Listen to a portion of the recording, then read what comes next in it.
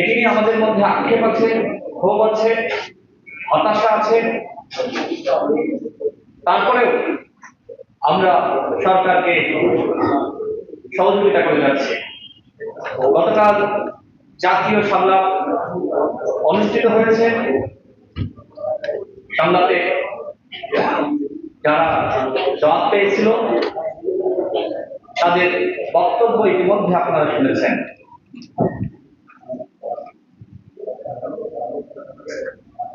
আমাদের সংগ্রামী সভাপতি নুরুল হক নূর যেটি বলেছেন, তিনটি রাজনৈতিক দল ব্যতীত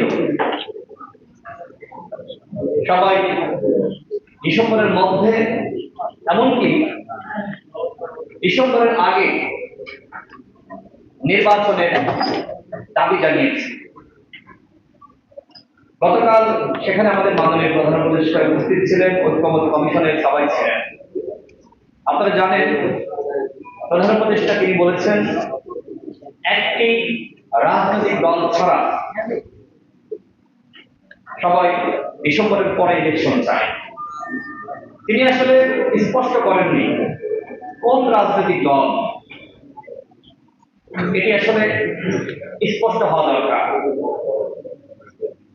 এটি স্পষ্ট হলে মোটামুটি আমরা ক্লিয়ার হয়ে যাব যে কোন দলের উপরে প্রধান উপদেষ্টার ক্ষোভ রয়েছে। তার যে বক্তব্য, আমি মনে করি যে রাগ এবং ক্ষোভের বহিঃপ্রকাশ। আমরা যারা রাজনীতি করি, যারা অ্যানালাইসিস করি, যারা সচেতন মানুষ রয়েছে, তাদের না বোঝার কথা নয়। তার বক্তব্য স্পষ্ট একটি দলের বিরুদ্ধে নিষেধাজ্ঞা। ওই চেয়ারে থেকে তিনি এই ধরনের বক্তব্য কোনোভাবে দিতে পারেন না। যাই হোক, গতকাল কিন্তু যখন রাজনৈতিক দলগুলো তার সামনে নির্বাচনের কথা বলল, ডিসেম্বরের মধ্যে কিংবা কেন ডিসেম্বরের আগে নয়, তার সামনাসামনি বসে এই কথা। এটির মাধ্যমে কি তিনি লজ্জা পেয়েছেন নাকি অপমানিত হয়েছেন? আমি জানি না এই উপদেষ্টা পরিষদে কারা রয়েছে যারা প্রধান উপদেষ্টাকে এই ধরনের লজ্জার মুখোমুখি করছেন। তাদের শাস্তি হওয়া দরকার। আপনারা এতগুলো বিজ্ঞ মানুষ, অভিজ্ঞ মানুষ, অথচ কোন কোন দল ডিসেম্বরের মধ্যে ইলেকশন চায় সেইটা আপনারা প্রধান উপদেষ্টাকে বোঝাতে পারেন না, বলতে পারেন না, তথ্য দিতে পারেন না। তাহলে এই ধরনের উপদেষ্টা পরিষদ দিয়ে আমাদের কি হবে? এই কারণে দাবি উঠেছে যে এই সরকারের অধীনে কোনোভাবে অবাধ সুষ্ঠু নিরপেক্ষ নির্বাচন সম্ভবপর নয়। আরেকটি নির্দলীয় সরকার গঠন করতে হবে। ইতিমধ্যে হাইকোর্টের রায় এসেছে তত্ত্বাবধায়ক সরকার ব্যবস্থা। আমরা মনে করি যেহেতু এই উপদেষ্টা পরিষদে অনৈক্য এবং নৈরাজ্যের মাস্টার মাইন্ড